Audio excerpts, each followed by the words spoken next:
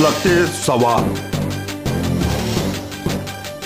जानेंगे जनता के दिल की बात। आपके व्यूज से बनेगी हमारी न्यूज। जवाब आपके संजय पुरबिया के साथ द संडे व्यूज।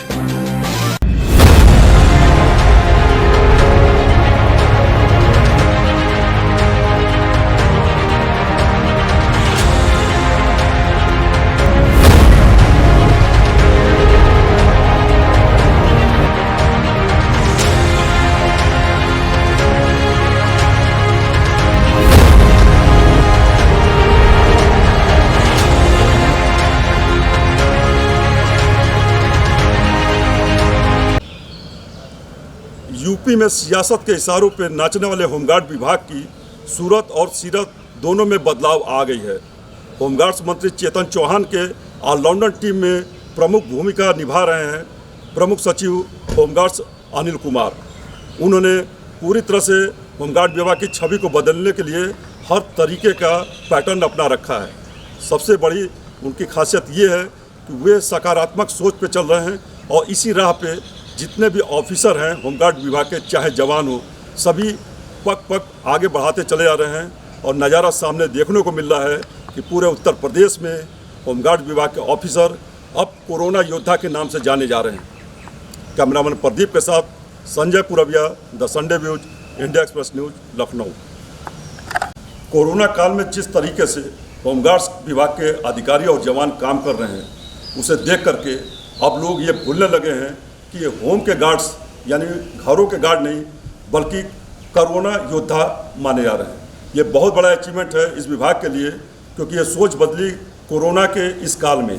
जिस तरीके से इंसानों के साथ साथ गरीबों का भूख मिटाने और जानवरों को भोजन देने का काम इनके ऑफिसर्स कर रहे हैं, ये बहुत ही बड़ी बात है और एक सकारात्मक सोच की तरफ ये दर्शाता है कि होमगार्ड विभाग के चाहे अफसर हो चाहे जवान, अफसर वही है, बस सोच बदलने का नज़रिया प्रमुख सचिव के कहने पे बदला और आज ये कोरोना योद्धा के नाम से जाने जा रहे हैं। होमगार्ड्स विभाग के प्रमुख सचिव अनिल कुमार को मुख्यमंत्री योगी आदित्यनाथ ने हिमाचल और उत्तराखंड में फंसे उत्तर प्रदेश के लोगों और यूपी में फंसे उत्तराखंड हिमाचल के लोगों के रहने, खाने पीने और उनको घरों तक पहुंचाने की बड़ी जिम्मेदारी दे रखी है। अनिल कुमार होमगार्ड्स विभाग के जांबाज अफसरों की टीम के साथ अपनी जिम्मेदारियों को बखूबी निभा रहे हैं। आप स्क्रीन पर देख सकते हैं, लखनऊ के होमगार्ड्स मुख्यालय पर प्रमुख सचिव ने कंट्रोल रूम बना रखा है, जिसमें 2 शिफ्टों में होमगार्ड्स विभाग के डिविजनल कमांडेंट ड्यूटी निभा रहे हैं। इनकी कमान डीआईजी मुख्यालय रंजीत सिंह और डीआईजी सीटीआई विवेक कुमार सिंह को सौंपी गई है।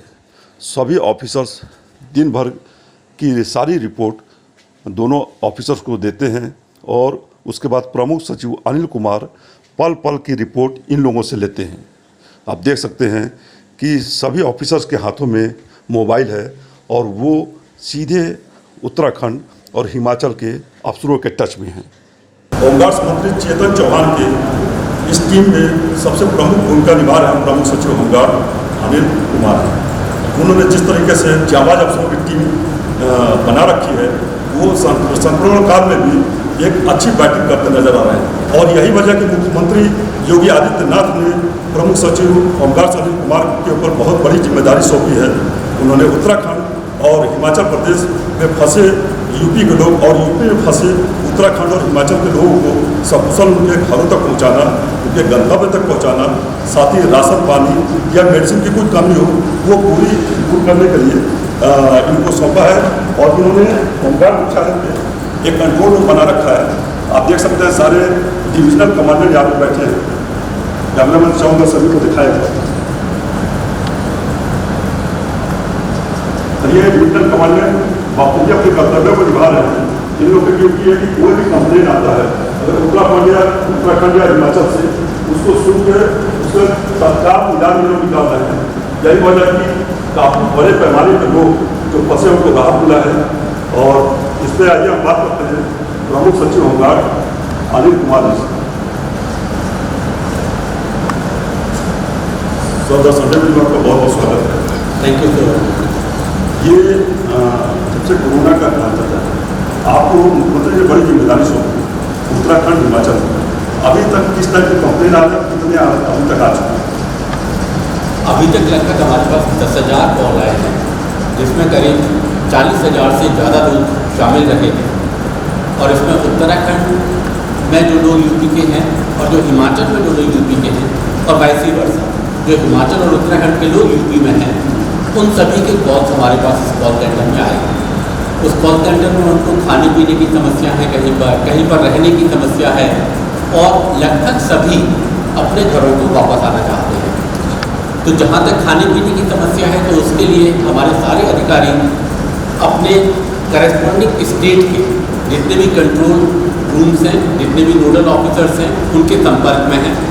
उसका नंबर उस व्यक्ति को उपलब्ध कराते हैं, और फिर उसके बाद में सारे अधिकारी हमारे वापस उनके कंट्रोल रूम को कॉल करके ये बताते हैं कि इस व्यक्ति का कॉल आया था, यहाँ पर इसको खाने की समस्या है।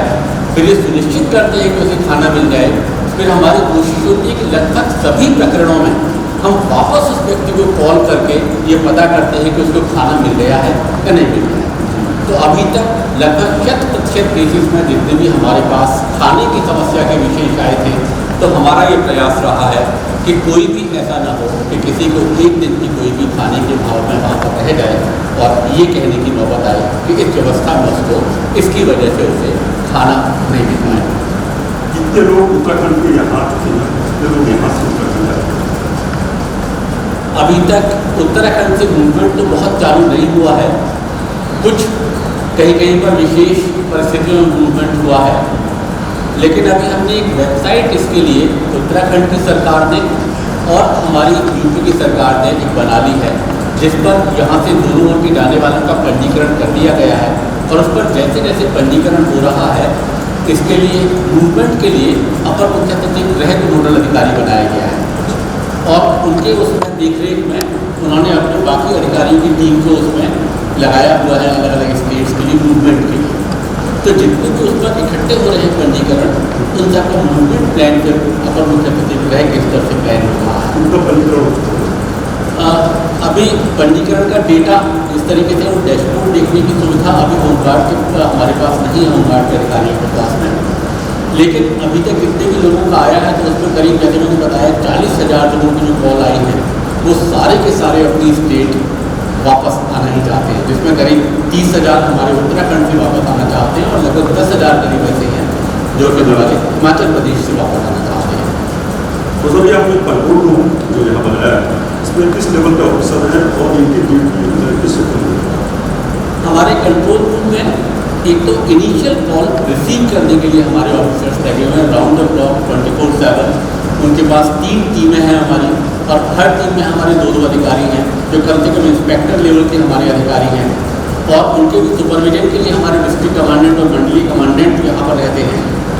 फिर उसके बाद जब एक इनिशियल कॉल आता है, जिसको उनको हम उसके कंट्रोल रूम का नंबर दे देते हैं, या उसे अगर आने की बात है तो उसे वेबसाइट का एड्रेस बता देते हैं जिसमें कोई पंजीकरण करा सके।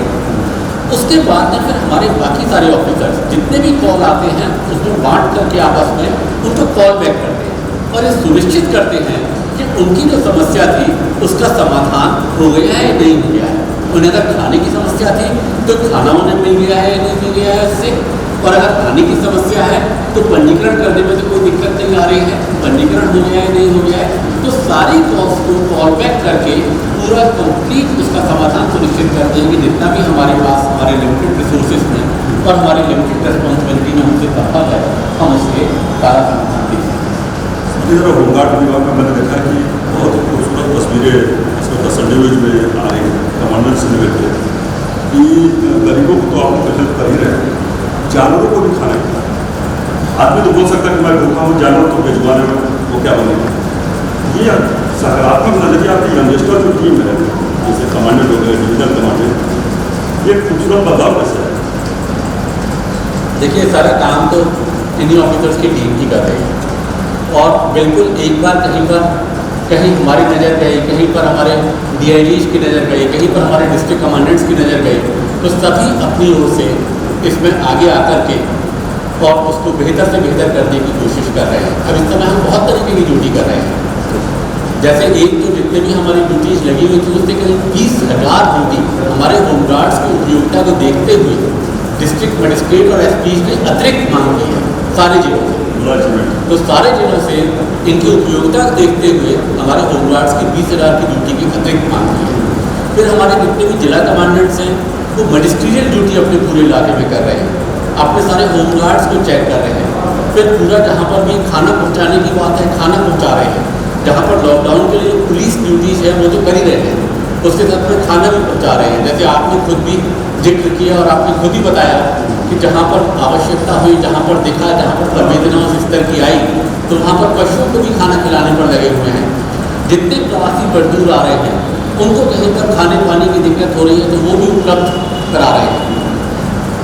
जहाँ पर सैनिटाइजर देने की आवश्यकता है, जहाँ पर मास्क देने की आवश्यकता है, वहाँ पर कॉलोनियों में गरीबों को उसमें भी बांटने का प्रयास किया जा रहा है। और अभी तो बड़े बृहद स्तर पर एक हमारी कंट्रोल रूम की जिम्मेदारी होगी जिसमें हमारे सारे ऑफिसर्स लगे हुए हैं और जहाँ पर हिमाचल और उत्तराखंड के जितने नागरिक यहाँ पर हैं या हमारे नागरिक कहाँ पर हैं उनकी समस्याओं का समाधान ये करा रहे हैं। इसके अतिरिक्त जितने भी हमारे प्रवासी लोग आ रहे हैं बसों से बाहर की स्टेट से, वो फिर जब अपने यहाँ पर डिस्ट्रिक्ट्स में जा रहे हैं अलग अलग, जैसे एक जगह पर मथुरा में ट्रेन आ गई या लखनऊ में ट्रेन आ गई तो उसके बाद वो अलग अलग बसों से अपने जनपदों में जा रहे हैं। तो सारी बसों में हमारे होमगार्ड का ही एक जवान उन बसों को लेकर के जा रहा है। फिर हमारे सारे डिस्ट्रिक्ट कमांडेंट जहाँ पर वो जा रहे हैं हमारे उन होमगार्डों को ध्यान देने के लिए, उनकी सुख सुविधा के लिए कि उन्हें कोई दिक्कत ना आए, उन्हें खाने पाने की दिक्कत ना हो और उनके वापस लौटने की व्यवस्था सुनिश्चित हो सके। तो सारे डिस्ट्रिक्ट कमांडेंट हमारे इस परिवार के भाव से काम कर रहे हैं, सारे डिस्ट्रिक्ट कमांडेंट, सारे मंडलीय कमांडेंट और सारे DIG, सारे ऑफिसर्स हमारे तो उस परिवार की भावना से काम कर रहे हैं, जिसमें कि कोई अब हर एक किसी को अपना बेहतर से बेहतर देने का पूरा मन दुनिया देख भी रही है। तो ये जब चीन ने अटैक किया था भारत के ऊपर, उसी समय इस विभाग का जन्म हुआ। बाद में सरकार आते रहे, सोच बदले, होम के गार्ड्स बन गए। लेकिन आपके आने के बाद बीजेपी गवर्नमेंट में चेतन चौहान जो होमगार्ड मिनिस्टर होते हैं, उनके बनने के बाद से जो एक पॉजिटिव न्यूज है इस डिपार्टमेंट का, क्रेडिट तो आपके लोग जाता है। मंत्री जी का क्या कहना है आपसे बात करते हैं? माननीय मंत्री जी का जितनी इसमें हम ये कहें उनके मार्गदर्शन की तारीफ करें उतना कम है।